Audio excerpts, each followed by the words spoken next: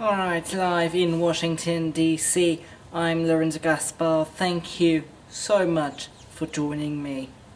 We have seen history in the making today, covering it all day. Thank you so much for joining me. President Trump now has made it to the White House and will soon go to his first dance with First Lady Melania Trump.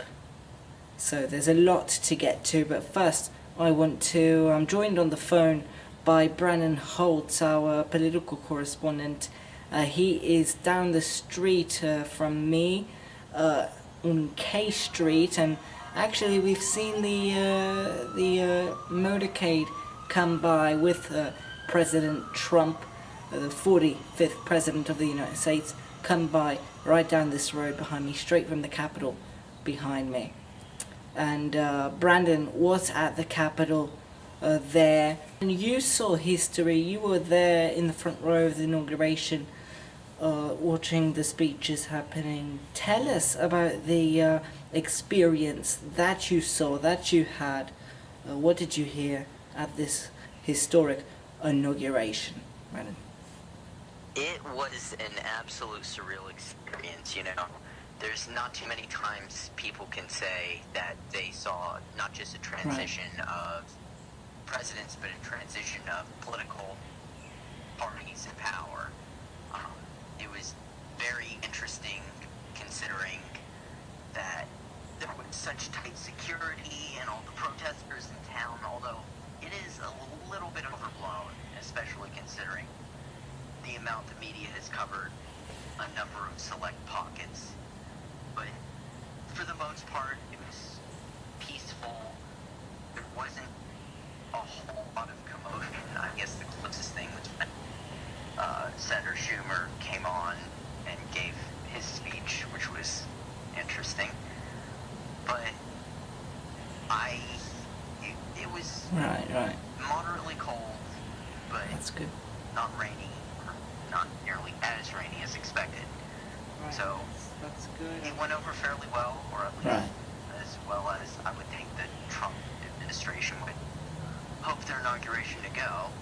Although everything is, of course, yet to be seen, not just for the next 4 years, but even for the parade that's going on Okay. as we speak. I am down on 16th Right.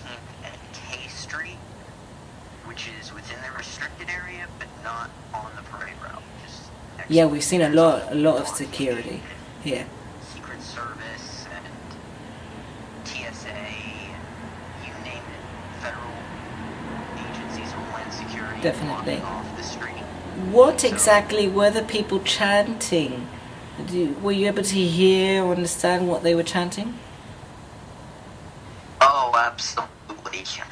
Okay.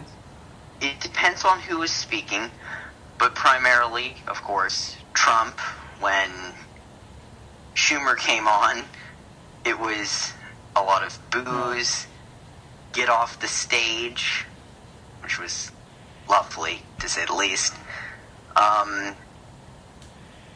I think there may have been a little bit of build that wall, and I think, not in my section, but in the section where my brother was in, when Hillary Clinton came on, there was a chant of lock her up, which was... And what about the protests? Did you see anything on your way back from the inauguration? What was the atmosphere like on your way? So on the way back from the hotel, there was on the corner of 12th and K, there was a little, I'm not going to say riot, but there was some commotion, and I think someone set what I believe to be some kind of car on fire or something. They did that, yeah. And there were a whole swarm of police off there. A little bit of commotion, a lot more protesters than earlier in the day.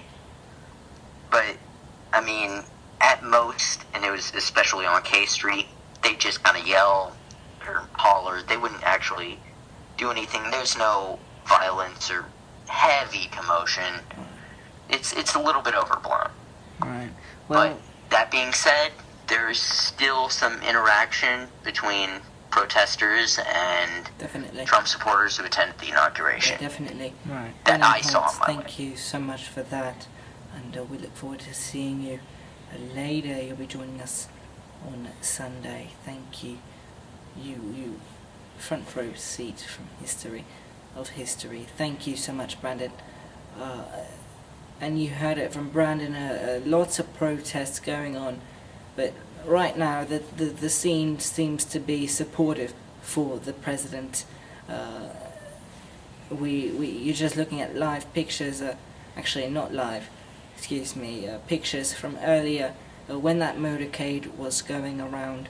And it actually passed right by where we are at a bureau and went down that street. You can see the Capitol building behind me, and just the scene of support for a very decisive president.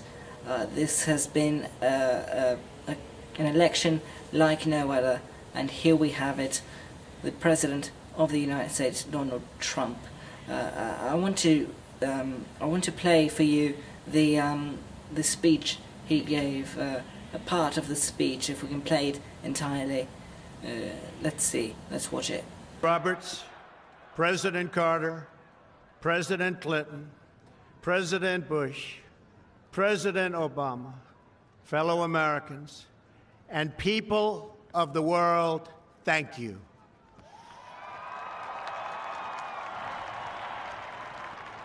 We, the citizens of America, are now joined in a great national effort to rebuild our country and restore its promise for all of our people.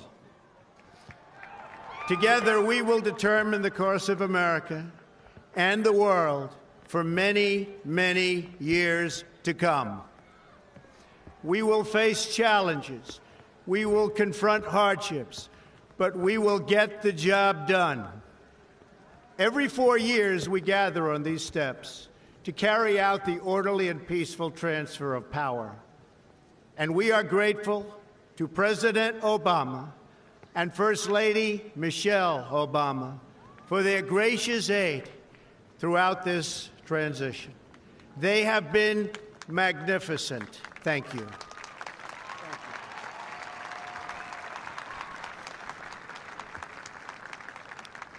Today's ceremony, however, has very special meaning, because today we are not merely transferring power from one administration to another or from one party to another, but we are transferring power from Washington, D.C., and giving it back to you, the people.